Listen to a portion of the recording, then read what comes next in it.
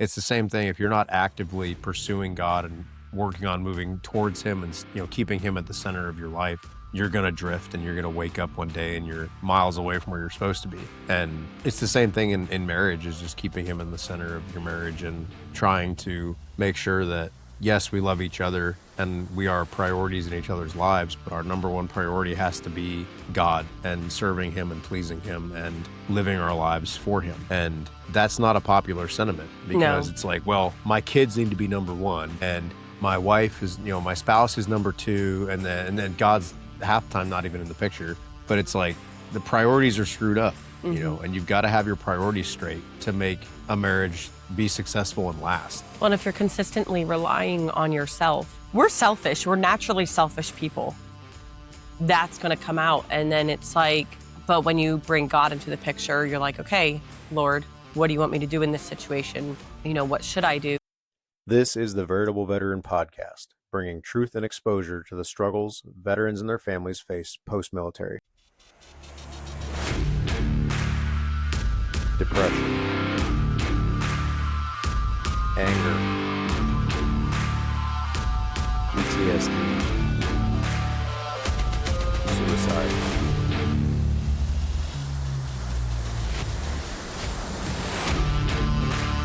Who am I? What do I do now?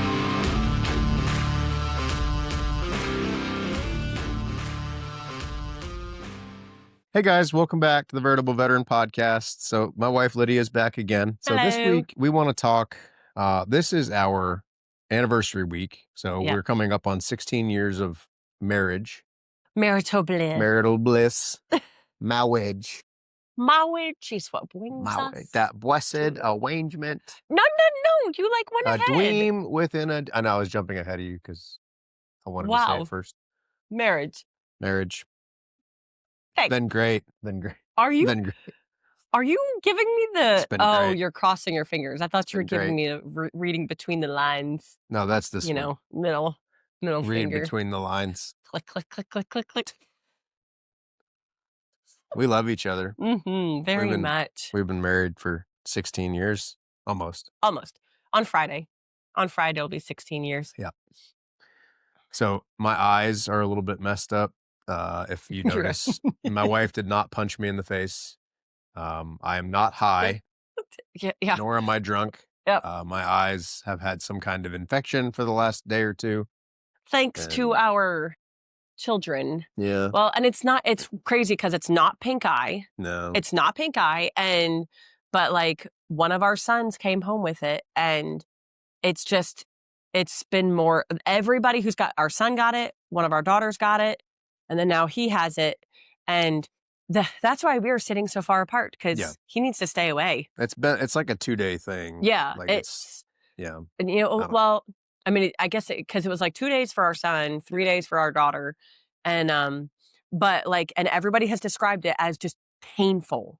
It's just painful, not itchy. Well, you said it was a little itchy. Well, it was just uncomfortable. Yeah. But I was also sick with other stuff too, like head stuff. And I've got the sniffles, and I've got, a cough and all kinds of stuff. Anyway, that being said.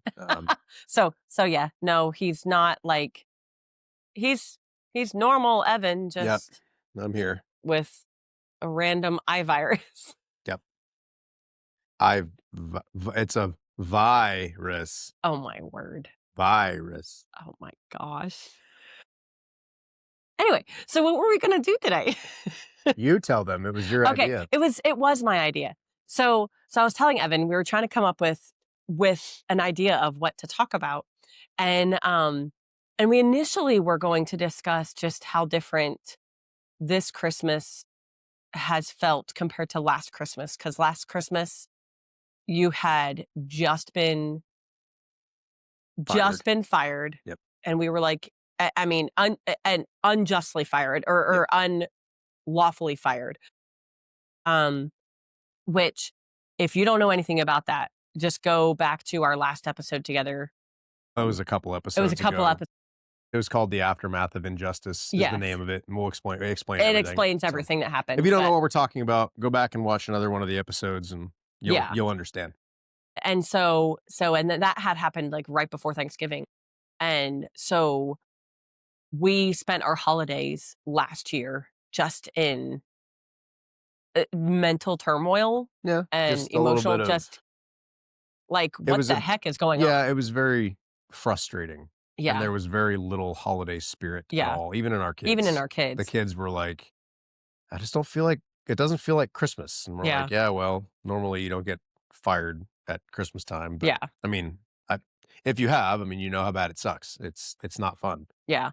And so this Christmas has just obviously felt a whole lot different Yeah. because, it's like, it's just crazy. There's been so much more peace and stuff. But that's not what the episode is going to be on. That's what Yeah. it was. And I told Evan, I said, I think it would be fun to try to mention a list of 16 things that has that have that have helped us make helped it to 16 yes, years. that have helped us make it to 16 years. And we are doing this on the fly. Completely on the fly. I have We zero idea We what did we're doing. not write a list at all. But we are going to do this like shotgun style or popcorn style, where like we're going to go back and forth. Shotgun style works too. Or shotgun style, yeah. No, popcorn style is right, but I'm saying shotgun style. I mean, this basically perfectly sums up our marriage. We're just gonna do it And then hope it works out. It works. I mean, that's basically. I mean, we started dating in August of 2009, and then got married in December of 2009. We didn't just start dating in August of 2009. We met in August of 2009. So, and then found out we were pregnant February of 2010. Life moved quickly. So we get married in 2009. We decided to get married because I was supposed to deploy to Haiti after they had that really bad tsunami or earthquake. I can't remember what it was. It was one of the two. I was deploying there to help with them. We decided to go ahead and get married before that. And then one of the guys in my ordnance shop, because I was still in the air wing at that time, that he volunteered to take my spot because he wanted to go. And I was like, well, I just got married. I'd rather not. So we swapped and he went. But then I ended up lat moving into the infantry. And then at the same time that was happening, she got pregnant. And then I went on to infantry school, a deployment workup. Baby was born, deployment. And we spent our first anniversary. It was the first day that I got to my patrol base in Afghanistan, and I called her on a sat phone, and I was like, "Hey, happy anniversary! I'm 6,000 miles away and probably gonna die." That was fun, and we were actually it was interesting. We actually, Evan really sweetly did this thing, and I guess there's still more to it, but like just we're just discussing each year of our marriage. And we both, by the third year, we're just sitting there like, wow. It's been a ride. We only got through year 3 and I'm like exhausted. But that's quite a long intro. We haven't even gotten into our first. Yeah. So our 16. Do you want to go first or do you want me to go first? You already had. This is your idea. You got to go first. Like I'm. Okay. So hold on. I got a cough. I'm going to end up having to cough throughout this thing because I've been dealing with something. Okay. So one thing, and this is something that like Evan and I, we have always, anytime we've been in any kind of like marriage, like seminar studies or groups and stuff, this is one thing that we always recommend. And it's usually not recommended in like marriage groups. But for us, we have personally felt that when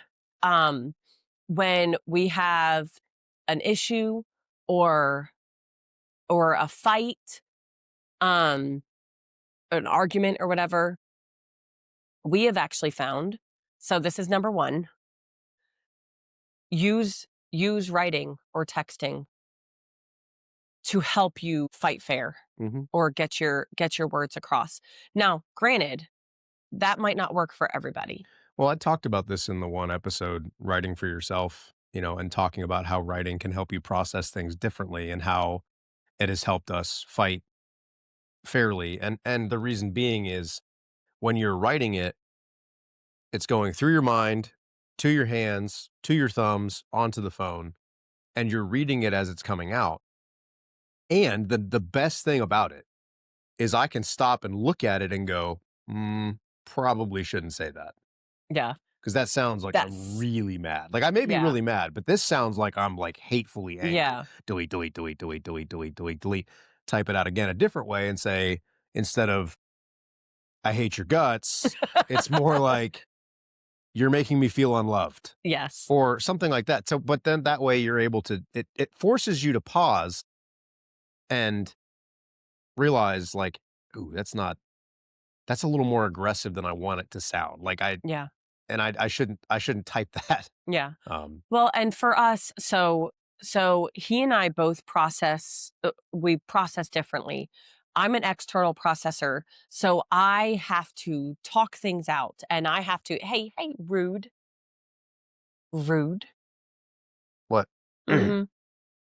So I have to talk through it and seriously, for those who are not watching and are listening, my husband is over here being a turd and he's making that noise with his hands. I didn't make not any noise. The motion with his hands. Oh, anyway, okay. So but he is more of an internal processor. And so he needs time to just sit with it. So what happens is if we try to engage verbally, I need a response right away. I'm a let's fix this right now. Let's talk it out. I want to we need to get this figured out. And because for me, if we don't talk it out right then and get it figured out, like then it kind of leaves me in this like limbo feeling of because honestly, I just want to get us back to things being good again. And so hold on, I need to turn my phone off because spam. Awesome. I was making sure it wasn't Ian texting me a minute ago. And so then I'll be expressing how I'm feeling to him. And then when he doesn't respond to me, I am stuck with it honestly makes me more angry and makes me just frustrated because I'm like, just respond, please. Like, I need to know what you're thinking, what you're feeling. But he needs time to process what has been said. And I know you have even expressed you'll be sitting there like trying to not respond in an angry way. So then you choose to not say anything because you don't want to say something hurtful. Yeah. And so we have found I have found that by texting how I'm feeling and everything, that allows him to receive what I said, but then sit with it before he responds. And then it's like, and honestly for me, if I can text you, like it for some reason, it allows me to distance from the situation than being there in the same room with you.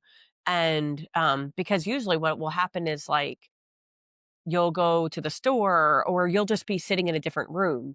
And then for some reason, that distance allows me to kind of, it pulls away the urgency, I think. Yeah.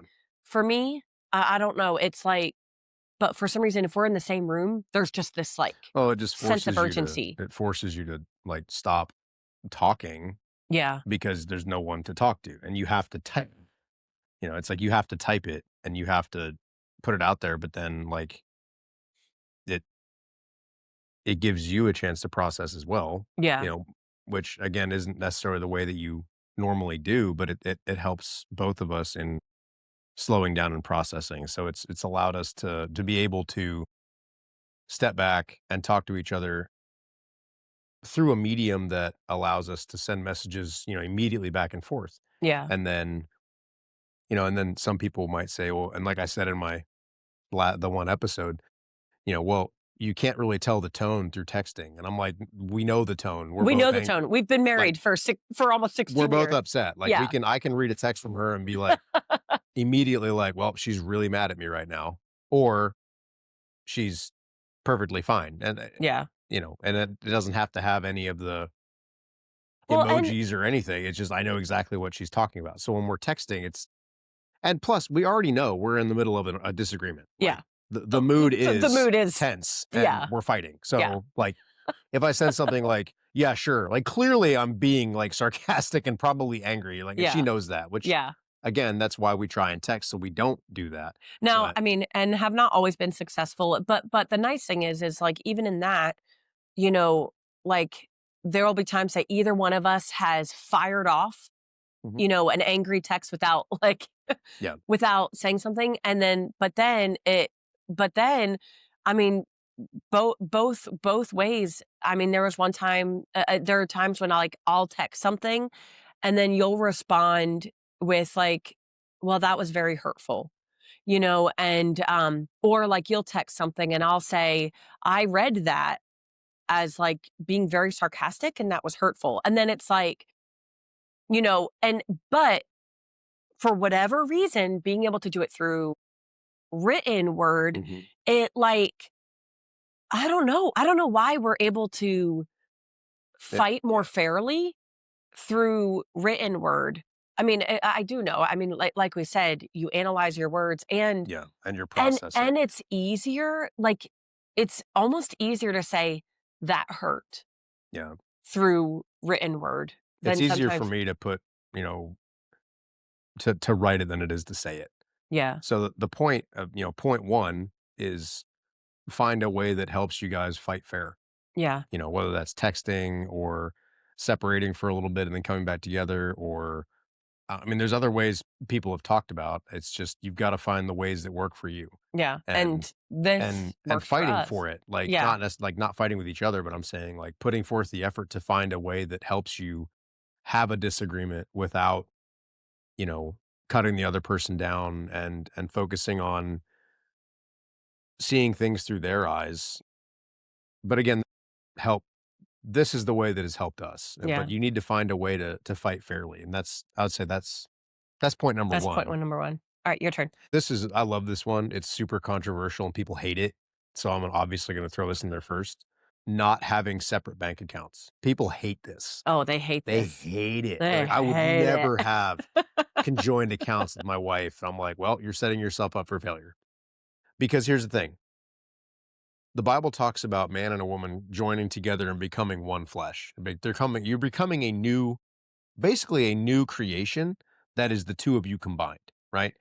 So if you have separate bank accounts and you have her car and his car and you've got her things and his things and she pays these bills, he pays these bills, um you're trying to maintain that separation and you're not Yeah, it's giving you a way of saying, well, if I have to leave, I still have I have my money and I have my things and I have my stuff.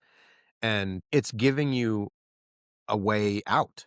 And you don't want that. You don't yeah, want a way out. You want to have, it's like when and this analogy's been used before, but when Cortez came to the New World and they landed, he burned his ships, right? Because he knew his men were like, well, if we don't make it, we'll just get on the ships and leave. And he's like, watch this. And he burned all the ships. And he's like, now you have to make it, right? yeah. I'm not saying that you have to stick it out if somebody's being abusive. I'm not Right. saying if someone is abusing you or cheating on you or whatever, or if it's a dangerous situation that you should stay. What I'm Yeah, saying is so many people these days go into marriage thinking if it doesn't work out, I'll just leave. yeah, And they'll date 87 people and it's like, well, I'm just dating for fun. And it's like when we started dating, it was like, hey, we're not dating to date. We're dating with the idea of this could turn into a marriage. right. And our our chance to call it off was before we got married. Yeah, And it's like, you know, this is our chance to like test the waters and see. And then it's like, well, we went ahead and got married. And if we had had that idea of, things being separate, we probably wouldn't have made it this far, No. because it's like, and it's not, again, it's not trapping you. Yeah. It's simply realizing the money she makes and the money I make go into our account for our family, for each other. Like, we don't have her money and his money, my money. Again, it's causing you're just becoming meshed together. Your souls are becoming knit together and meshed together in a way that shouldn't be separated for reasons other than abuse or unfaithfulness. Yeah. And that's pending or barring those reasons, you shouldn't be getting divorced. Yeah. Because you need to fight for your marriage. Yeah. And it's just that there's so many marriages end in divorce now. And just, it's like, well, we didn't make it. And it's like, that's not what God intended. Yeah. Even Jesus talks about when the Pharisees are like, well, you allowed Moses to issue letters of divorce. What do you say now? And Jesus is like, the only reason I did that is because y'all couldn't handle it. Like, y'all were terrible at actually staying married. And I had to find a way to make it to where you guys would end up treating the husband and wife equally, so the wife wasn't just left in the gutter. Like, that was, Yep. And so the husband wouldn't like kill his wife to be separated from her. He turned it back on them and said, the only reason I did that was because you guys were not capable of fulfilling and holding the commitment that I intended it to be. Yeah. So, and again, we're not saying like that if there's, cases of abuse and, excuse us and our constant coughing. Like, that's not saying that because there is allowance for that. Yes. There is allowance for if there's abuse, if there is unfaithfulness, Yep. We're just saying that a lot of people walk into marriage thinking, well, if it doesn't work out, I'll just leave. And they started off with having the separate bank accounts. The point is, though, just don't go into your marriage thinking, or if you're already in a marriage, stop thinking that you're two separate people. Yeah. You became one flesh one. when you got married, and you need to treat it that way. So, we have, I mean, we even have family who have done this and they're doing it. And honestly, they're struggling. Mm-hmm. They are struggling. They do the whole separate bank accounts and they're struggling because, and I know the biggest issue is that, there is always kind of a question of, yes, they decided who was going to pay what, but when one of them doesn't fulfill their end, the other one has to pick up the slack. Then, and then it kind of allows this habit of, well, it's okay. Here she will take care of it. Which then causes resentment. Yeah, on the other side. And yes. It's like, well, I'm the only one upholding, I'm the only one paying the bills, and I'm the only one paying for this and that and buying the kids stuff, and you never pitch in, and it just causes resentment, and it causes that rift between you to get wider. So I think the second point is bank accounts being shared, like just one bank account. And that leads into, well, and honestly, that's just more financially sound because because it allows you to budget better. Mm-hmm. And it allows, and when you discuss your budget, it's like you truly know what is there. Yeah. Like, you truthfully know what is available. Like, it's so much more complicated to have separate bank accounts. Well, you know what else it prevents? It prevents dishonesty. Yes. And from being able to hide things. It promotes transparency because you're like, hey, this one bank account, I noticed that, you took $500 out of our bank account. What was that for? Like, that seems like that's a lot of money. Like, but if it's like your private account, you just pull it out and do whatever you want. It's like, there's no accountability, and there's no transparency if you have separate accounts. And it allows for more, like, having a joint account allows for more stability, financial stability. And because there's a common goal. There's a common goal, Yeah. like when we have something we're saving for, Mhm. there's a common goal of, like, every month we're going to set aside, 10% of whatever is made, for these things. And so it just, like you said, it just unites you Yeah. in that sense. So that's point 2. All right, number 3. And I just thought about this and I was like, this probably should have been number 1. But third thing, just keeping God in the center. Um I mean, we've been through a lot in our 16 years of marriage. I mean, a lot. Um we experienced miscarriages. I mean, one was pretty much a stillbirth. I mean, it was labeled as a stillbirth. Mhm. Oh man, Deployments, deployments, moves, childbirth, childbirth. child hospitalizations. I mean, oh my word, kids who were sick and constantly. I mean, we had one child. We have one child who has lung issues, and so whenever it's constantly watching her anytime she gets sick, because guaranteed almost if she gets sick, it's a hospitalization. She gets flown to a children's hospital just because her lungs just don't do well. Yep. And and then job loss and um all sorts of things, and getting out of the military. Yeah. Yep. And and honestly, through all of it, I can firmly say that God has consistently held us together. Mhm. And we have not done it well.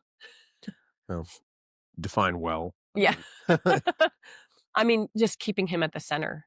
Yeah, And it's hard, and it's just you have to fight for it yeah, because if you just it's like a ship sitting in a harbor without an anchor. If it doesn't have an anchor, it's gonna float away, yeah, right? It doesn't drift towards the harbor. It drifts out to open sea, and it just gets thrashed around, right? It's the same thing if you're not actively pursuing God and working on moving towards Him and keeping Him at the center of your life, you're gonna drift, and you're gonna wake up one day and you're miles away from where you're supposed to be. And it's the same thing in marriage is just keeping him in the center of your marriage and trying to make sure that, yes, we love each other and we are priorities in each other's lives, but our number one priority has to be God and serving him and pleasing him and living our lives for him.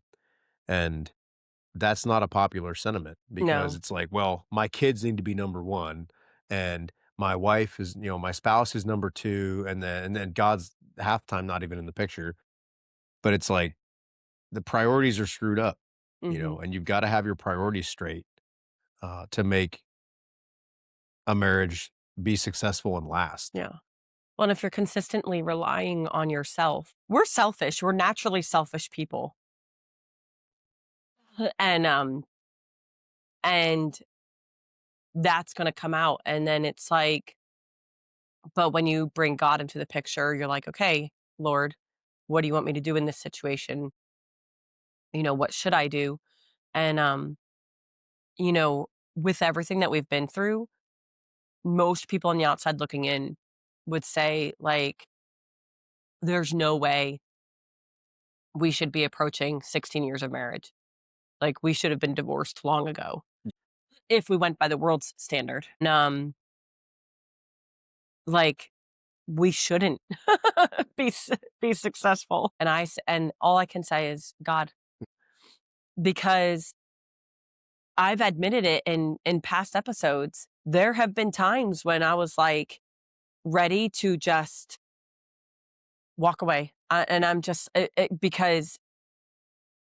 because it was just I felt like I was the only one trying to keep the family together, and I was exhausted, and there were times that I was like I felt like leaving was probably going to be the best thing for the kids and the best thing for the family, and thankfully constantly went to the Lord, and I'm like, okay, God, I'm done. I am officially over it. And then God would come in and he'd be like, and he would hear me, and he would comfort me and remind me of, how much he loves me and how much you love me. And, and that's not to say, again, if you're like in an abusive relationship, that's not to say to just stay. For our situation, for me, it was, you know, God is what helped carry me through those really hard times. And so that's my number 3, keeping God in your marriage. And admittedly, he might not always be the center. Yeah. Like there will be times when you stray and he's not the center, but at least keep him in the marriage. That's like the scene from Apollo 13 when they're trying to keep the Earth in the center of the window, and they're like, no, left, right, up, no, back, my left, and then they're doing this, and they, it's like, you're still getting closer to but the at least ultimate. It's in the window. Yeah, they're trying, like they're making an effort. At least it's there. Yeah, like I can still see it. It's there. We're on our way. But yeah, it's hard. It has to be a priority. Again, It comes down to priorities. I think we're taking too long on each of these points. I know, I do too. So maybe we need to move a little more quickly. Point number 4, do not allow yourself to have as a man, have a female best friend. Or even a good friend. We discussed this one before. If you're a female, do not have a male friend or best friend in your life. That it's dangerous. Yeah. Like we don't even we don't even have like numbers or phone numbers for other like people of the opposite sex. Now we do have some in our phones. Right.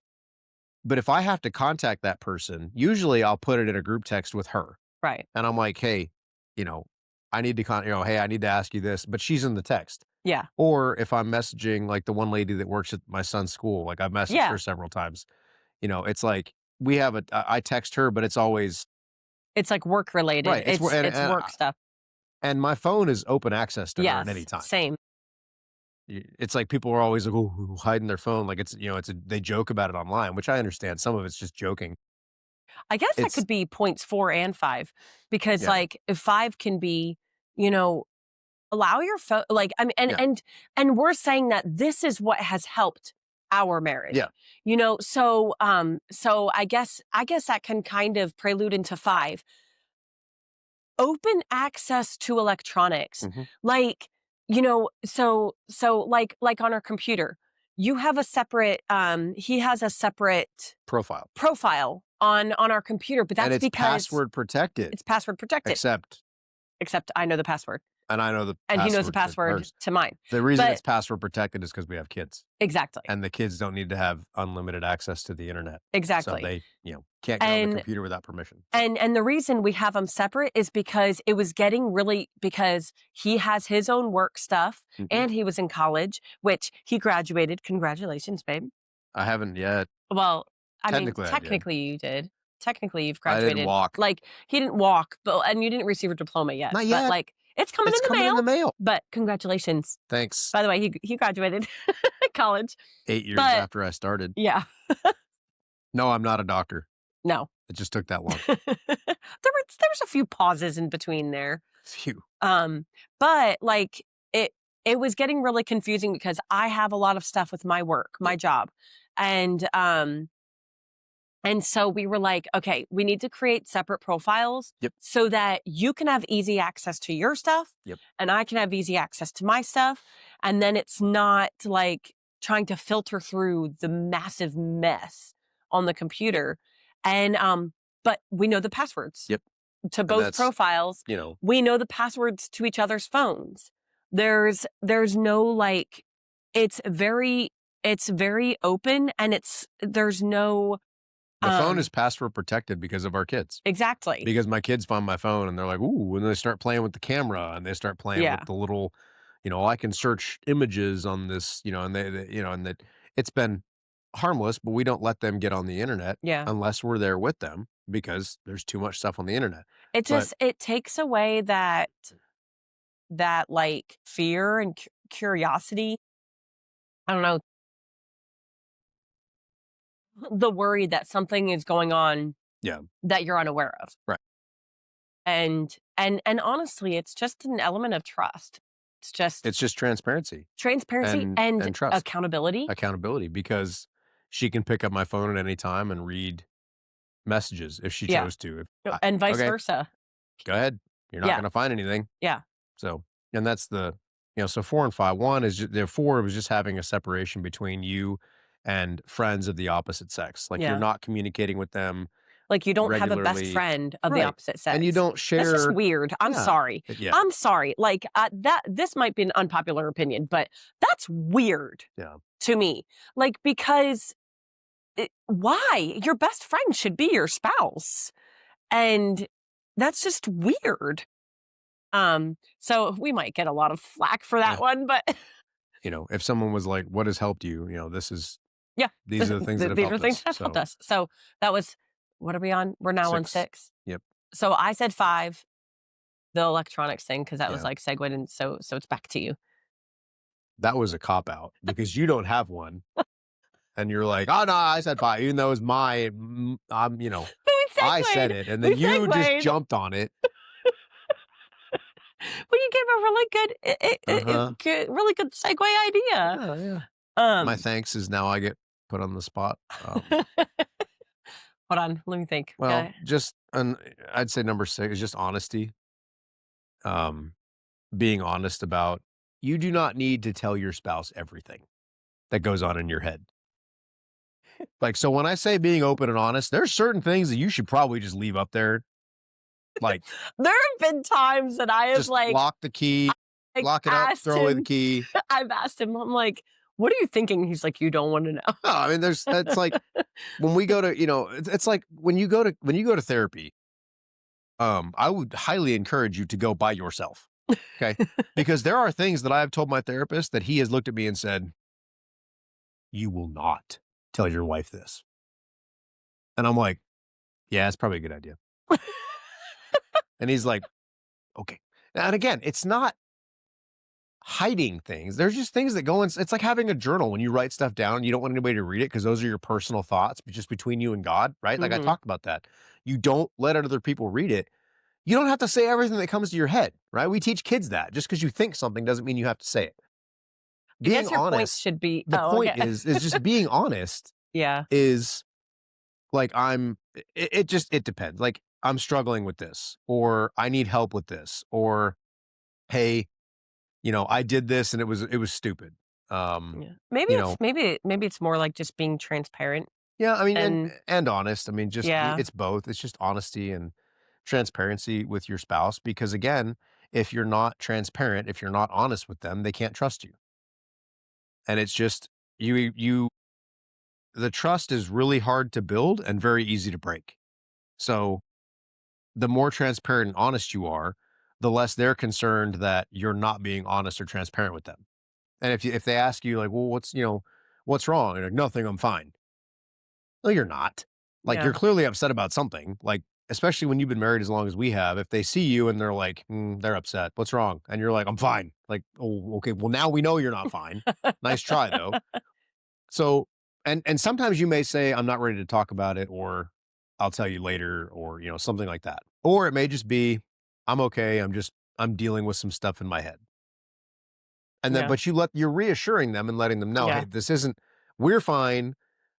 This is an issue with me, or I'm dealing with this. I need to work on this. We're okay. Don't worry about me. Like, I'm okay. Or if it's like, you were just having RBF and like, then let your spouse know that if your spouse asks you like, hey, are you okay? You can literally just be like, oh, I'm fine. My face is probably just. Yeah. Sorry.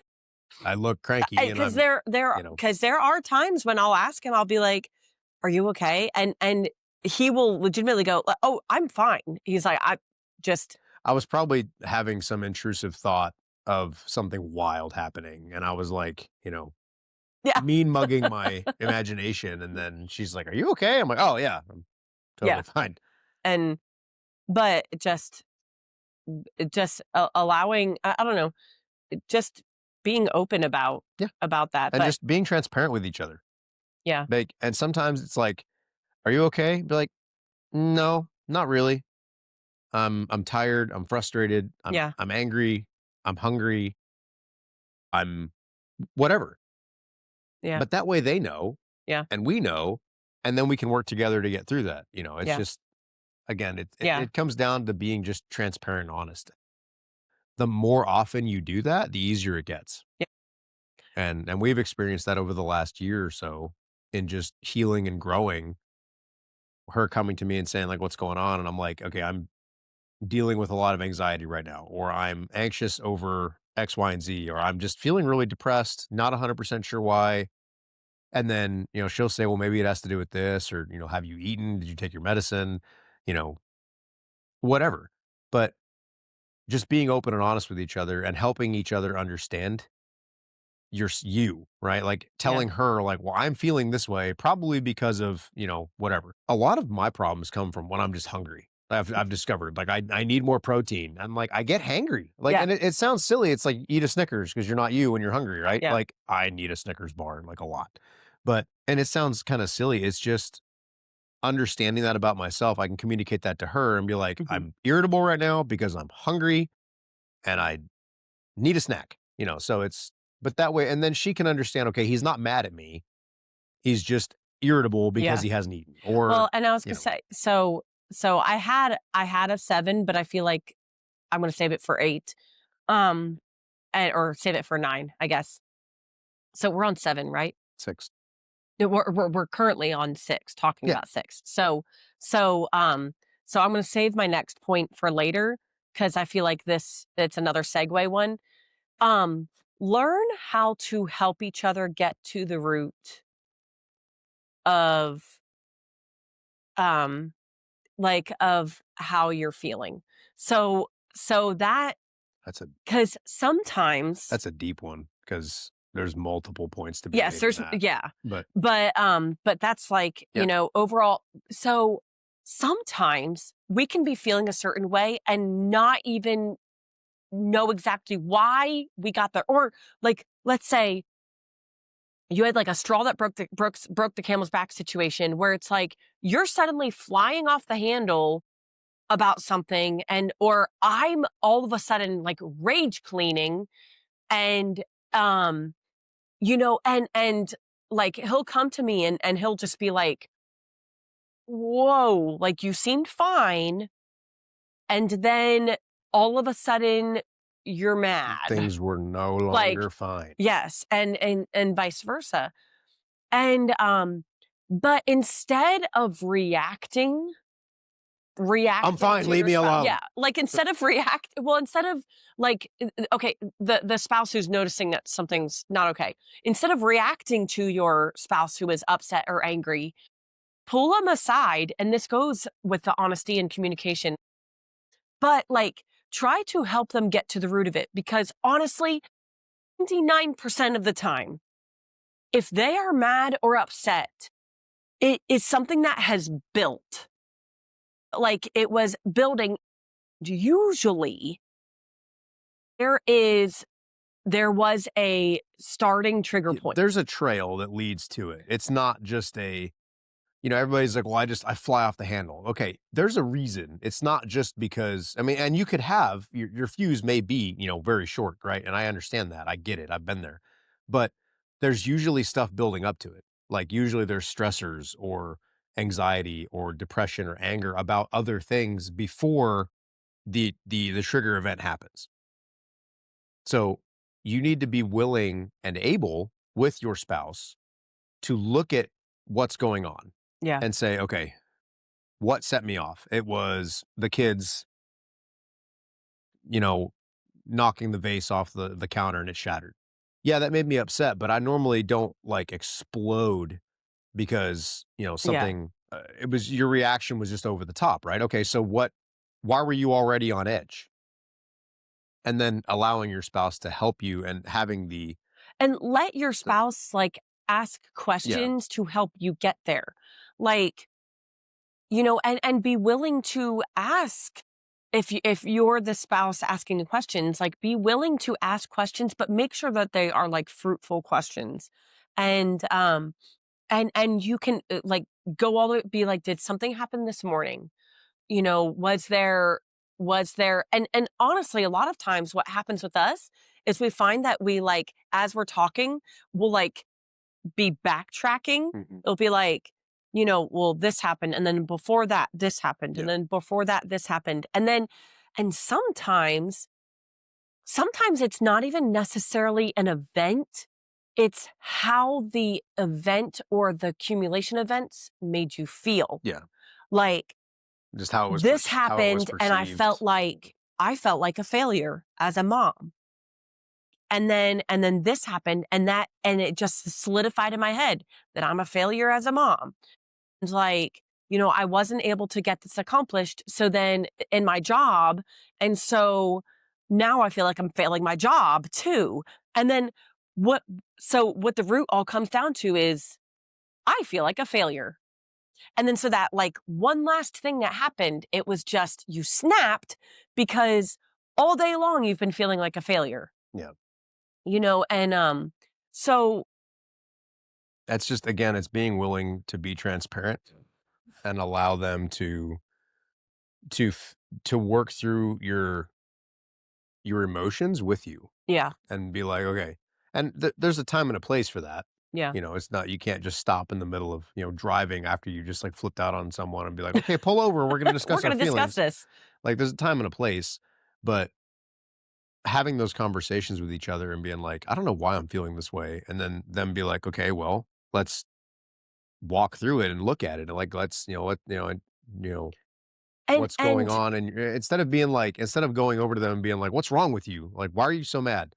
Like in a way like that, you can go over there and be like, hey, what's happening right now? Or, did something happen that made you feel this way? Or I can clearly see that you're really upset about something that has more that's deeper than just what just happened. Yeah. Can we try to figure out what's going on? And you present it in a way that's not accusatory or, offensive in a way like you're attacking them. It's more of a, hey, clearly there's something going on. I can see that. Can we talk about it? Because like we need to talk about it. Yeah. And it's interesting because sometimes like I feel like we have done this more in the last year, so more so in the last year. And but like sometimes you'll end up finding that what the starting point was it was just a simple miscommunication. And instead of communicating to your spouse that, hey, what you said hurt me, you just we kind of experienced that just the other week. And it was, all of us said, like, we were about to go on a date and you were in a mood. And I was like, what is going on? I thought we were fine. Like we were having a good morning. And it all boiled down to that he felt a certain way about something that happened between us. And I was clueless. I was absolutely clueless. Which isn't fair to her because she didn't even know. Yeah. And I was upset and I was like, well, it's not fair to me. And it's like, right, maybe not, but she doesn't even know. Yeah. Right. So it's like, again, it boils down to like communicate, be honest, like be open. That would be my point is, again, all these points are connected here. There's like 6, 7, and 8. 8 would just be communication. Yes. And being willing to communicate what's going on in your head. Yeah. And like what you need. Yes. I can't read her mind. She can't read mind. My mind. That was weird. She can't read mind. She can't read my mind. And I can't, wait, what? I can't read her mind. Yeah. And she can't either. We'll go with that. So when I need something, I have to say something, right? Me walking around slamming things around is not good communication. Me walking around huffing and puffing and sighing is not good communication. Me going to her and saying, hey, I'm about to lose my ever loving on these kids if I don't leave this house for just a little bit. Yeah. Okay. Like, I'm not abandoning you. I'm not like over the top angry. I'm stressed and these kids are about to make me lose my mind. Yeah. Um, Hey, we've got 6 kids and it can get very overstimulating very fast. And like, I'm going to go outside for a little bit and whatever. I'm going to go talk to the chickens, or I'm going to go, like stare at the woods for a little bit. I don't know, whatever it is. Seriously. Like, or sometimes it's even worse. I'm going to go for a run and I'll be back when I'm back. And that may be in like an hour. I don't know. But communicating to her, like, you don't just storm out the door and then leave. like leave. Like, I'm going to tell her, hey, I'm going to go to the gym because I need some time, like an hour or two to process like what's going on in my head right now. And I need some endorphins and some serotonin right now. So, but we communicate that. Yeah. You can't just, again, and the thing is that's good for both of you because one, you're getting what you need. Like I'm going to go for a run. I'm going to go lift weights. I'm going to go walk in the woods, whatever it is. And then she's getting what she needs, reassurance that, okay, he's not leaving. He's not running off to go do something, something toxic. He's not going to run out and find a bottle and drown himself in it. He's going to the gym, or he's going for a walk. He's going for a run. And that's reassuring to her because a lot of women, the biggest thing they want is like safety and reassurance that they are secure and safe in the relationship they're in, right? So that communication benefits you both. And it goes both ways. She may come to me and say, hey, I need some time. I'm going to go get some coffee. I'm going to go whatever. Bye. And then I'm like, okay, I got it. Like, and then, I'm with the kids for a little while. Communication. You can't read minds. You have to explain what's going on in your head. And sometimes that may come out more aggressive than you want. You may be like, I need some time. And then they're like, oh, wow. Okay, awesome. You hate us. Like, apparently, we just stressed you out. Like, and it's like, that's not what I mean. But like, again, it may come, and it gets better with practice. Yeah. You have to look at it through their eyes and say, okay, if she was really upset and came to me and said, I need time, I'm leaving, that would be a little bit hurtful, right? But if she was like, hey, I'm overstimulated, I've been with the kids all day, or I had a rough day at work, the kids are driving me up a wall right now. Is it okay if I go somewhere for a little bit? Or, I need 20 minutes alone in the bathroom with the door locked. Whatever it is, just communicate it because we can't read minds. No one can. So communication, open, honest communication. Number 9. Be willing. Be willing to fulfill an expressed need. So with the communication, we did say that there was a lot of things that would boil out of that. I think sometimes some people are afraid to ask their spouse what they need because then when their spouse does express it, they don't want to have to do that thing that their spouse needs.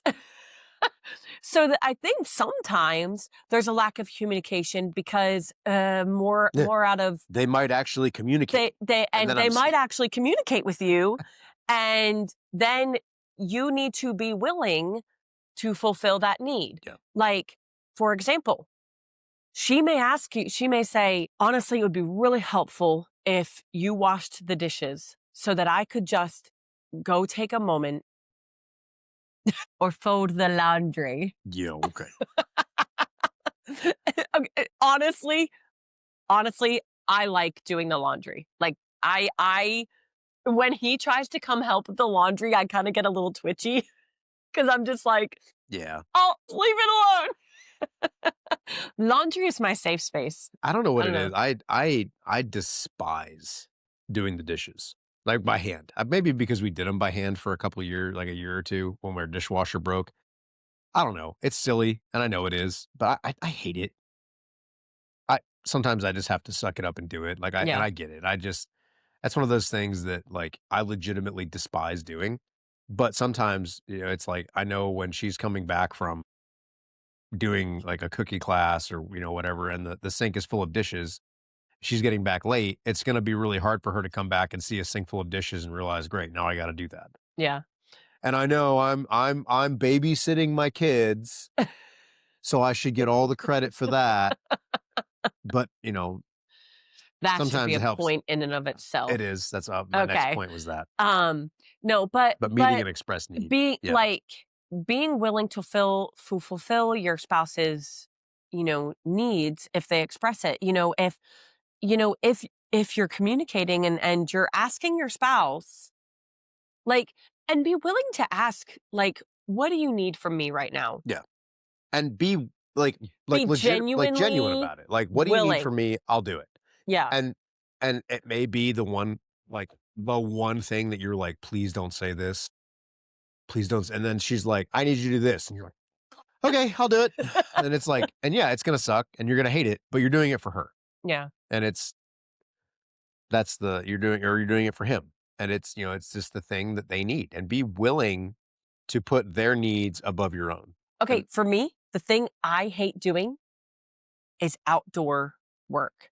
Like, I hate it. I would rather stay inside and clean the entire house from top to bottom before I go outside. Yeah. And do anything outside. Weeding, gardening, chopping wood, collecting wood, feeding the chickens. Like, I'm like, outside is not my domain. And there have been times that he'll ask me, he'll be like, hey, I need your help outside. Can you help me like collect firewood and stuff? And internally I'm going, dear God, no. Can you help me? No. But, and again, it's just pushing down your selfishness, your, me feelings, and say, okay, yeah, I can step out of my comfort zone and help you with that. Because if you're not willing to do that for your spouse, then that's not okay. That's a bad sign. Like, you need to be able to do that. Yeah. So that was number 9. Just be willing to ask your spouse something they need, but actually be willing to do it. And follow through. And follow through. And follow through when they express. Because if they express a need to you and you don't meet that need, that just causes resentment. And also it's going to prevent them from expressing that need in the future. Yeah. Which is going to cause a breakdown in communication. Yeah. Because you're like, hey, what do you need? And then they're like, I need you to wash the dishes. And you're like, yeah, I ain't doing that. Yeah. And then they come home and the dishes are still not done. And it's like, I asked you for one thing. And so it goes a long way. If someone says like, hey, if you're willing to ask and then they tell you something, like, and if they're willing to tell you exactly what they need, you need to be willing to do it. So I would say number 10, if you have children, and we said this was going to be a point. If you have children and you have to watch those children because your spouse is doing something, you're not babysitting. They're your kids. They're your kids. You're not babysitting your kids. So, a lot of times this would happen when I was in the military and you're like, hey, you want to do something this weekend? Like, oh no, I got to babysit my kids because my wife's going out. You're not babysitting your kids. You're watching. They're your kids. Yeah. Like, stop it. So it's like, okay, no, my wife's going out. I got the kid. I'm hanging out with the kids because my wife's going out. So I can't go anywhere. It's like, and a lot of times this comes down to men, the man, telling their friends, well, I got to babysit my kids, or, I'm on babysitter duty this weekend. It devalues the relationship you have with your kids. Mm-hmm. Like, they're your kids. You need to be watching them and with them a lot, Yeah. And stop saying you're babysitting them, because it's not like if you're babysitting somebody else's kids, yeah, absolutely. I'm babysitting my nephew this weekend, like, whatever. But if it's your kids, stop saying you're babysitting them, because that just, one, if your spouse hears that, she's going to think, oh, great, like, he doesn't even like hanging out with his own kids. Like, that's, he's babysitting them. Like, you don't babysit your own kids. If you approach taking care of your own kids as if it's babysitting, you're not going to put in the effort. Right. You're not going to put in the amount of effort necessary. Like, you're not babysitting. You're raising your raising your children. You're raising them. You're spending time with them. Yeah. You're raising them. You're making memories with them. So change the perspective from I'm babysitting them to I have the opportunity to create memories with my kids today. So I'm going to go ahead and do that. And that's not always an easy thing, because a lot of times you want time to yourself, and it's like, I'm with the kids this weekend and my wife's leaving. And yeah, that may be stressful, but like changing your perspective on how you look at it can make a big difference on how it's perceived in your head and how Yeah. your mindset is going into it. So Yeah. that's number 10. All right. So number 11. Oh, my brain is hurting. Yep. We only have what, 6 more to do? Yep. All right. Number 11. Okay, think about our marriage and what we do to what we have done to be successful. When things get hard, lean into each other. Yeah.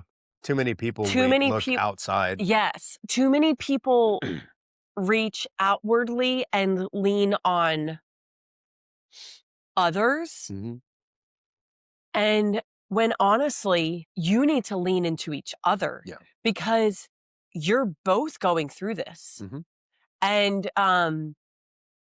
and you are, especially if it's something that's affecting both of you. Yeah. Especially if it's something that yeah, if it's affecting both of you, you need to lean into each other. Yeah. Now, if you do decide to lean on outside help, do it together. Yeah. Or at least make sure that it's a trustworthy source, like a Yes. trustworthy resource or whatever. I mean, Oh, I just thought of another one. Okay, sorry. Go ahead.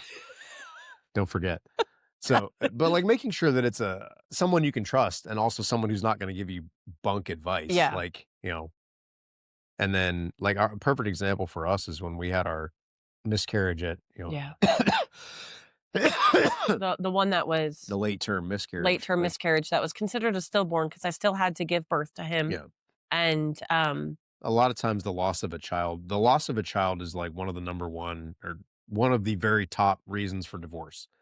Um, this was early on in our marriage. We only had one kid at the time, and this was our second.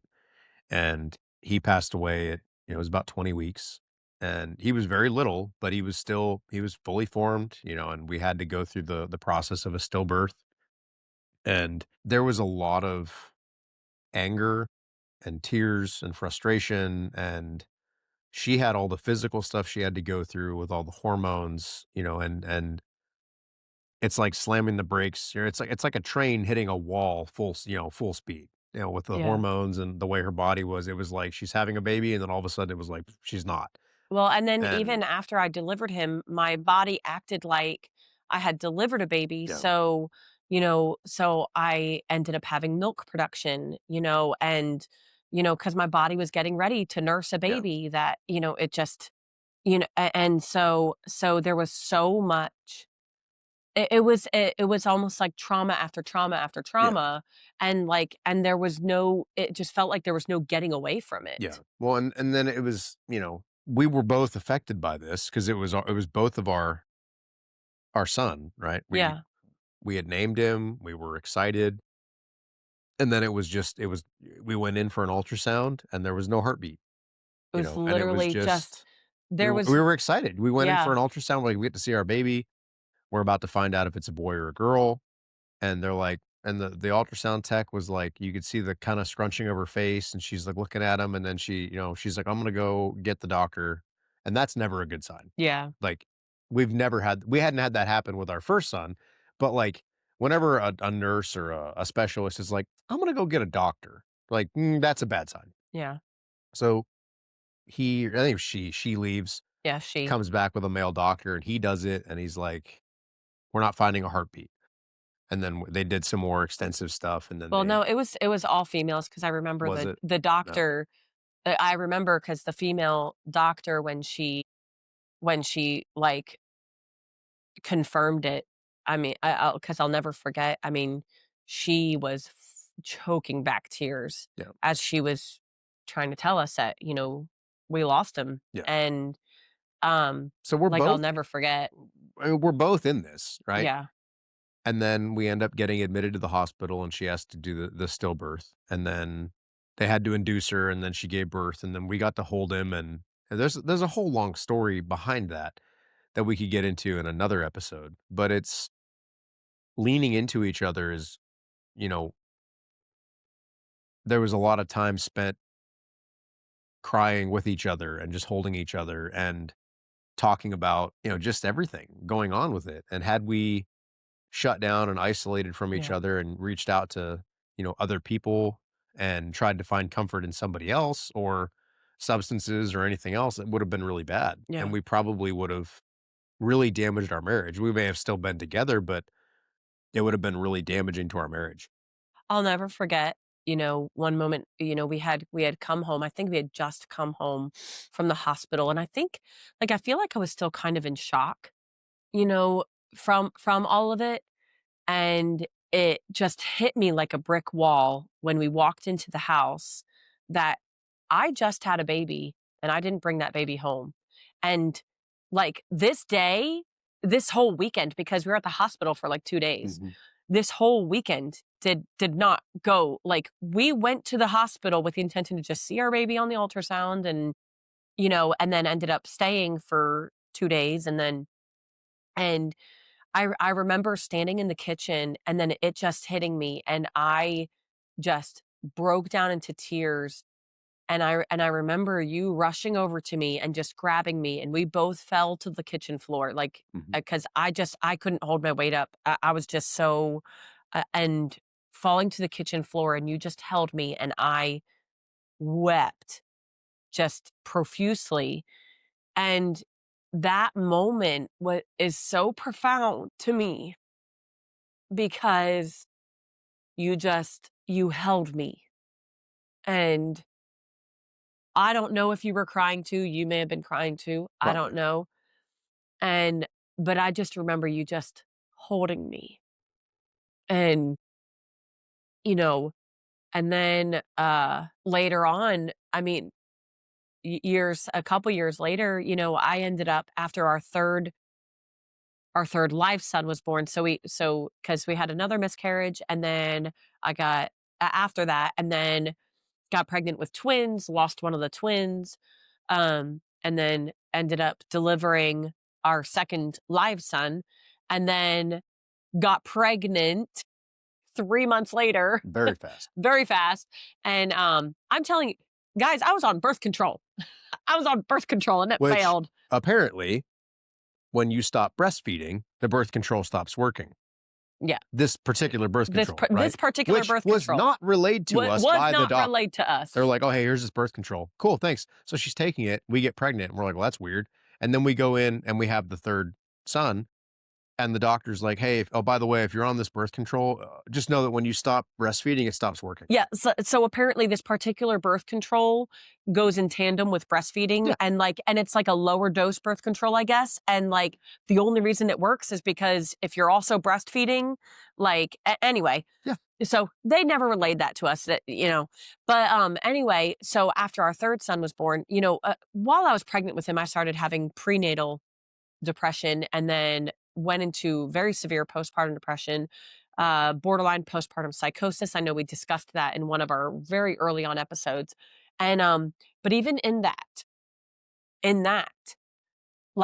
instead of distancing yourself, you pressed in closer to me. And there were times I went into the closet and just because mentally I was just struggling so much. And I just remember being in the closet, just sobbing and crying. And instead of just leaving me be, he actually sat on the other side of the closet door and prayed the whole time, every time this would happen. And again, it's just you lean into each other through hard times, and leaning into each other is what helped us get through your unlawful firing Mhm. and helped us get through post-military crap. Anyway, so was that 11? Do you have a number 12? I thought I did. Things that have helped us. Yeah. I think number 12, the one I was thinking of was being willing to support your partner's dreams and Oh, yeah. goals, their work style, whatever they have, for work.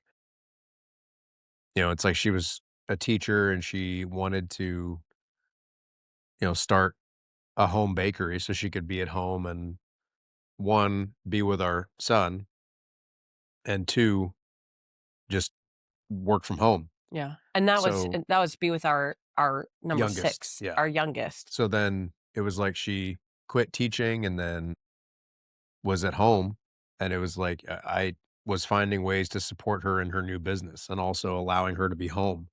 Um, And you've done it really well. I will say and there's a lot you've that done it really well. like I we renovated the one bedroom for her cookie room, which is like an office where she decorates cookies. Yeah. And then we installed a double oven so she could bake more efficiently. Then we converted the what is now the studio, this studio that we're Yeah. in, we had converted it into a cookie classroom for teaching cookie decorating classes. Now it's the studio slash my office Yeah. slash Slash. Yeah. hangout second guest house sort of Well, thing. this building has like an office room that was like storage Yep. for my cookie stuff and for my baking stuff. And so, and being willing to compromise Yeah. to help each other's dreams. I mean, because, I had to give up some of quote unquote my space, Yeah. for you and it was fine because ultimately our goal was in the end, our goal is for us to be able to be home Yeah. with our kids And for each together other to and succeed. for each other to Like, succeed. Yeah. it's not like, well, I need to focus on my business and my dreams. It's like, yeah, sure, but there's another person here. Like, and they have goals and dreams too, right? So being able to identify, like, okay, this is a dream that you have. This is a dream that I have. How can we make this happen together? Yeah. Or what dreams do we have that are the same that we can Yeah. work on, together? And it gives you a sense of purpose beyond yourself. And it's just being willing to support them and maybe give up some stuff that you need or want to help them. Well, and there's something exciting about seeing your spouse succeed Yeah. too. Like, and so and don't just like support their dreams, but like cheer them on Yeah. in it. Like, when it's been we have so much fun like following the statistics with the Veritable Veteran Yeah. and I'll screenshot like how many followers you have and I'll send it to you. I'll be like, and and with my baking business, it's a little different, in that like it's not based on, followers and things like that. It's more, if I get like a really big account, like, hey, like I just had like the local bank contacted me and they Yeah. want, 300 cookies and he'll just be like, high five. Like, and so it's just not just being willing to help support them, but like support them emotionally, like celebrate the wins with them and help them work through the hard things. And I know for you, when you decided to do this full time, I had already been full time in my baking business for like 4 years because I think this is my fifth year, maybe sixth year. But Um, you had been full time I'd been full time, since yeah. not that long Oh, ago, yeah, not that long. like So 3 years. yeah, and But you had been doing it for a while before that too. yes, and so for him, like one of your hardest things I know was um not being used to the constant ups and Yeah. downs of being self-employed. So if you're self-employed, you know, there is just a constant up and down and up and Hmm. down. And so when he's having a bad month, I'm constantly reminding him, "Hey babe, Yeah. like don't stay there. It's just this is normal. You're going to have a good month next Yeah. month, and it's just and but because I had already walked like I already walked that journey so many times. And but so yeah, that's really good supporting each other's dreams. Um so that one that I said for later, I don't remember it cuz I didn't write it down. I can do 13. No, I could do Okay. 13, but I have a different one. I'm just frustrated because I was so excited about it, whatever it was, and it's gone. ADHD brain took over and it's gone. I have a different one now. This kind of goes along with one of our first points about the bank accounts and stuff. This is something that we've mentioned um, in earlier podcast episodes, but one thing that I believe has helped us be really successful is that we walked into our marriage with the mentality that divorce is not an option. Yeah. We talked about it. And we've talked about it. We've talked about it a couple times Now, on let's be like transparent. Yeah. Both of our parents, sets of our parents, my mom and dad, her mom and dad, are still together Yes. and have been for this year. It's 40 years. My parents are over 40 years now. Your parents are My parents, about that too. I think they're 49 this year. So they haven't hit 50 yet. So both of our parents all four of our parents are still married together. to their original spouses. They've never had a divorce. Yeah. They've never gone through that. That is a really good foundation for us to be coming from. So and honestly, so my parents both came from intact homes as well. So both of my parents came from non-divorce, like they're still married to their spouses, and my grandmother, my mom's mom, she was married twice, but both of her spouses passed away. Yeah. And she outlived both of her, because my pop-up died of cancer. My first pop-up died of cancer. My second pop-up, he died of cancer as well. And she outlived both of them. But your parents, it's honestly pretty, that's a really big thing, because both of your parents came from broken homes. Well, no, my mom, her dad was oh, well, we don't need to get into that. They were married, but he was a bad person. He was a very unfaithful, very bad person. Yeah, but and then my dad's dad was divorced and then remarried. But before my dad was born. Well, and your dad's dad passed away when he was pretty young. Passed away when he was like 15. Yeah. So there's that interesting dynamic on my side of the family. It's just my dad and my mom were told multiple times they should not get married because they would never make it. Yeah. I feel like they've made it out of spite. They made it out of spite. Like they literally look at each other and like, I will not divorce you. And because honestly, you're stuck with me for the rest of your existence. Yeah. And my dad's like, yeah, that's right. You better remember it, wench. And my mom's like, yeah, that's right. And then But and anyway, honestly, when you hear their story, there's almost no reason that they should be together. Like they should still be married. And their story is just an awesome story of redemption. We should get them on the podcast sometime. Yeah. So there is that dynamic. We both come from homes where our parents stayed together, but not without a fight. There's a lot of tenacity because they fought for it. And I remember there was a time when I was younger that I thought my parents were going to get divorced because it was rough. There was real life. And it was like they're fighting a lot. And we don't know where this is going to go. But then they ended up fighting for each other. Yeah. And then my mom even came to me one day, and I don't remember if someone had said the word divorce or what. And she goes, oh, we're not getting divorced. And it was like we'll die first. Yeah. And I was like, oh, okay. But that was very reassuring to me. Yeah. And we've even had our kids, say, there were moments that our kids expressed fear that we were going to get divorced, and we had to reassure them. And that was when we were going through some really hard times, and that was really weird. There was just a really random noise that sounded like there was an animal or something. Maybe there's a mouse. I hope not. I hope not. We'll have to check. That was really weird. We need to get some mouse traps over here. Anyway. We'll cut that out. That's random. Anyway. And we had to reassure them, like, no, that's not going to happen. And but we went now again.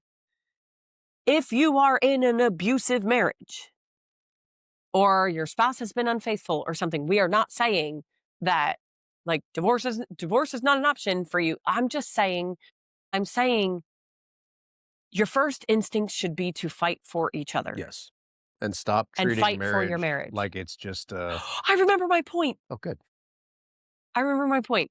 Okay, we'll segue into 14 with this one so that I Okay. don't forget it. But yeah, it's just people treat marriage again like it's just a business relationship. And it's like, if it doesn't work out, I'll find a new business partner. And it's like, that's not the point. The point is to mesh your soul with this person Yeah, and become one and live a life that you can't have on your own. yeah, Right. Like it's, and going into marriage with that mindset of, I mean, it's in the marriage vows, right? Like till death do us part. hmm Like for richer or for poor, like in sickness and in health. It's literally bringing up all those things like, hey, you're going to go through a bunch of crap, but we're sticking through this. And I know a lot of people don't use those vows, unfortunately, anymore. They kind of make up their own. But I like the traditional vow because it talks about that. It says yes. we are Yes going and to health. experience a bunch of Sure. crap. Through all that, Yeah, we'll be together, yeah, and I'm not going anywhere. yeah, And that was why, if you affirm these vows, say I do, I do. So it's like I'm affirming that I'm staying with you. yeah. So it's Which this is a great segue into number 14. So this was my original one. Make sure that the people you seek advice from have your best interest in mind. And that is especially if it's an issue in your marriage, you want whoever you're seeking advice from to have your marriage yeah, being a priority. a priority Yes. and having you being that the advice that they are giving is advice for the both of you Yeah. together. That who you're seeking advice from is not someone just simply affirming your feelings and then basically telling you to leave Hmm. or basically feeding into your head the terrible how terrible your spouse Yeah. is. And they need to have the best interests of your marriage in mind. Yeah. And if so be wise about who you're seeking advice from. Well, when I was in the military, there's a lot of marriages in the military are a big issue. Like people are getting divorced all the time. People are getting remarried all the time. It's always happening. When I went to seek, I did not go to my military buddies to seek marriage advice in general. There was a few that I talked to, I would kind of express what's going on, but I would only ever go to the ones that had a solid marriage and be like, hey, I'm dealing with this, or, my wife's doing this and it's making me mad. I wouldn't say that to the guy that's had 3 divorces because he's going to be like, oh, yeah, I'll just divorce her and find you a new one. It's awesome. It's the greatest thing ever. Just get you a new model when run the wheels off the old one. Like, yeah, okay, yeah, thanks, John. You have such a great track record with that. There was certain people that I was like, nope, will not talk to this person about marriage because they have horrible opinions on it. They've been married and divorced multiple times. Not the person I want advice from. You have to know who you're talking to. You can't just be open and honest with everybody. Yeah. I talk a lot about being open and honest and being raw and, open with your feelings and your emotions and stuff, but you got to make sure you're talking to the right people. You can't just talk to anybody, especially if that person may end up using that against you. hmm So be careful about who you talk to, but especially regarding marital issues. Yeah. One, if you're a man, don't go to a woman. Yeah. If you're a woman, don't go to a man. Yeah. Unless it's like a pastor and they're trained on how to actually intervene properly. Yeah. Don't just go to your office, the woman in your office and be like, hey, let's talk about my marriage issues. Like that's a horrible idea. And yeah, just getting the proper advice and Proper like advice. good advice Again, that's going to help you. making sure that they have the best interests of your marriage in mind. And especially if you have the mentality of, you're going to fight for your marriage and you want to fight for your marriage, then you need to seek advice from somebody who is going to fight for your marriage with you. Right. And somebody who's objective. Like you don't Yes. necessarily want to go to your best friend Yes. who's afraid to like tell you the truth. Who's just going to be like, oh yeah, you're totally right. You should totally be angry with them about that. When if you go to somebody who's objective and they're like, okay, but what are they, how are they feeling? Like, what do they feel about this? Or, what if when you did that, it's actually causing them to feel this way, not just reaffirming your feelings. Yeah. It's somebody who's going to give you good advice. Right. And they're willing to kind of see the other side. And call you out. And call you out if you and need to call be you out called if you out. need it. Like someone who's like, yeah, they're probably mad at you. That was a boneheaded move, dude. Like, that was dumb. Yeah. Of course she's mad at you. Like, what did you expect? Yeah. And you're going to be like, well, I don't want to hear that from you. And they're like, well, too bad. Like, you're an idiot. All right, fair enough. And it's like, again, finding those people that you can trust that actually have you and your marriage as a priority, not just you. Yeah. Number 15, we're almost done. Find things that you and your spouse can do together that your kids don't do with you. Yes. Like dating, like actually dating. Yeah. Like we go and do escape rooms. We love doing escape rooms.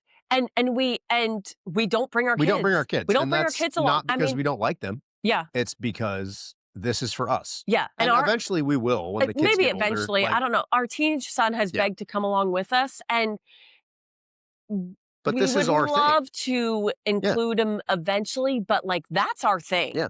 Like we love finding new escape rooms to go do. And we've gotten to the point where we kind of like, we try different places out and we like analyze, we're like, this place does it better. Yeah, like that one was lame or, Yeah.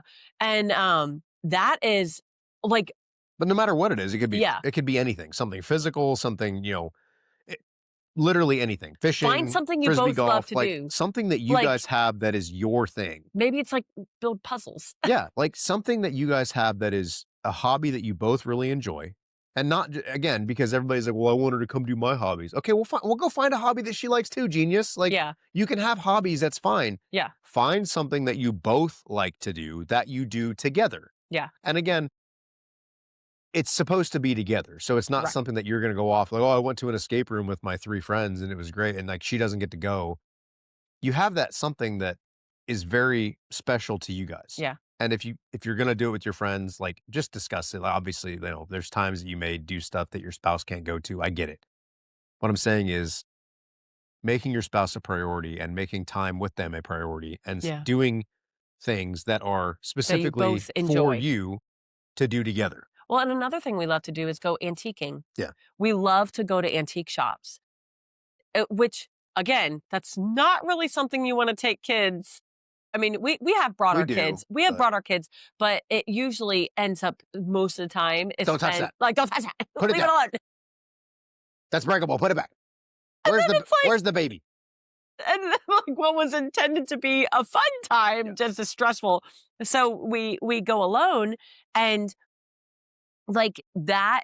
So antiquing and escape rooms are like our two of our and getting food. Coffee from a coffee shop and finding good food. Yeah. Love food. Food is good. Which I've heard of a great restaurant recently, so I'll have to tell you. Okay. Okay. So was that 15? Okay. 16. I know I was thinking about this when we were talking, and honor your spout. I almost said spout. Honor your spout in your speech. Honor your spouse in your speech, even when they're not there. So I remember, especially this was big when we were in the military. Spouses would get together and they would just tear apart. It was like this game. I don't know. It was like a competition. It was like a competition about like who had the worst spouse. Yeah. And they would just tear apart their spouses. And it just always made me really sad because I'm like, man, there are things that irritate the heck out of my husband, like out of me about my husband. But like, I'm not going to go spouting his business to these women. And I would always walk away going like, and they're still married to them because and most of them are no longer married to them. I know. Most of them are no longer married to their spouses. Most of the people we met in the military are no longer married to the person they were married to when we knew them. But, it's like, even now there are times when I am seeking advice and there may be times that I'll in my seeking advice, I'll start to say things about my spouse that is not very kind. But then it's like, then I'm like pricked in the heart, and I find myself kind of like reeling back, and I'm like, okay, that was not very honoring. And I'll even apologize to the person I'm talking to. I'm like, I'm sorry. I shouldn't have said that. Like, I'm frustrated. I'm mad, and usually they'll be like, I understand and stuff. But like, make honoring your spouse in your speech when you're talking about them, like, make that normal, like, Yeah. make that a priority, because here's the thing, how you speak about them is how you're going to feel about them, Hmm. and you know how they say when you say things negatively about yourself, You start to believe it. you start to believe it. It's the same thing with your spouse. You'll start to believe if you start saying negative things all the time, you believe it. Yeah. Um, there's times that, and this goes even when I'm by myself and I'll be upset about something and I go away for a little bit and I'm like really upset. I was taught this a long time ago. I don't even remember where, but this guy said he would go out in the garage and he'd start, working on something and he'd be hitting the hammer and he's just, smashing the hammer and he's like, she didn't mean it. She's just doing what she thought was best, and he's like basically affirming in his head that like the stuff that I'm thinking is not true. Like I'm thinking that she did that to hurt me. I'm thinking that she said that to make me mad. I'm thinking that she, you know, did those things with the intent of hurting me or making me upset. When I'm talking, I'm reaffirming, I'm saying the truth out loud. Like, she didn't do that to make me upset. She did it because of this, or she did it because she thought it was the right thing to do. She did it because, the kids needed this or whatever. It's just telling myself that. So I'm audibly hearing it and I'm having to process it through my head. And when you're saying that, to us, to somebody else, and you're like, oh, my spouse she's just so lazy. She's just, she doesn't do anything, or, she's never willing to do this, or she's never does that for me, or, she's always doing these things. And it's just, it's all negative. Yeah. And, the military guys are just as bad as the spouses. I mean, they're horrible, just dogging their wives and on their kids, just talking about how bad they are and how frustrating they are and how lazy they are. It's just, and people wonder why the military has such an abysmal, marriage success rate. Because, another one thing that it comes down to is just the way they talk about each other and the way they treat each other. Yeah. And, it you've got to head that off by Yeah. speaking the truth and like seeing the best in each other and Yeah. like not Yeah. Just allowing that to be. try to always see the best in each other, and always assume that their intentions are good. Like, and now granted, you may have a very narcissistic spouse, and I'm sorry. Like, because narcissism runs deep and intentions are not. Intentions are not naturally good. Yeah. But if you don't have a narcissistic spouse, assume good intentions first. Now, their intentions might not have been good, but just You like, also have to remember you also have to they're remember human. they're human. They were upset. Yeah, We do dumb things when we're upset. yeah. I I was gonna say, here's a bonus one since that was 16. Bonus one. Laugh. Laugh with each other. Like, keep laughter in your Yeah. marriage. And I think that comes down to finding things that you like to do together and then enjoying it and it and also enjoying each all other. encompasses like communication. Like, I mean, oh my word. Like, I can't tell you the number of times that we just and be willing to find humor in the most ridiculous things. Like, and it's just and honestly, learn to laugh at adversity, learn to laugh at like when things go wrong, like find the humor in it. And it's like, because if you're able to laugh about it, it kind of eases the tension and it just Yeah. makes it, but keep laughter in your marriage. Like, just because there Stop are, taking life so seriously. yes. We're not gonna make it out alive anyway. Like, we're we're all doomed. so so learn to laugh and Yeah. oh my word, and it makes it so much more fun. But so 16 tips to and make it to bonus. 16 years plus bonus tip. Plus bonus tip. And, you know, and you may take every single one of these tips and throw them in the garbage, whatever. This is what has helped us. Yeah. So, I mean, I feel like we're doing well. Yeah. I mean, sometimes hanging on by the skin of our teeth. What does that even mean, by the way? Skin of our teeth. I don't know. If your teeth have skin on them, I'm really scared. Like really, really scared. Imagine someone smiling at you and they had skin on their teeth. That sounds like a horror movie. That's terrible. We have just digressed very, very, very quickly. I think it's time to go. Yep. Is there anything else we need to say? But get your merch. You probably won't be able to get it by Christmas. If you it's order too late it now. If you order it now, you can get it by New Year's. Yeah, you were supposed to have ordered it by the 15th if you wanted it for Christmas. Just check it out on theveritable.veteran.com. The best thing you guys can do to help us is just share the show with somebody else. Either send them a link, shoot them a message, either, a text with the link or a Facebook message, Instagram, whatever you guys use. Just share the show with somebody. Somebody who, if you don't like them and you want to annoy them with spam, send it to them. If you do like them and think they may benefit from it, go ahead and send it to them as well. Either way, it doesn't matter. Just share it. And it'll help us. Yeah. So, but we love you guys and we'll see you again. Noel, next week will be Christmas. Yes. So we'll probably, we'll put out something. Maybe not. We'll keep that up in the air. Yeah, we'll see. we'll be celebrating. So hope you guys have a Merry Christmas if we don't talk to you again before then. And we'll see you guys next time.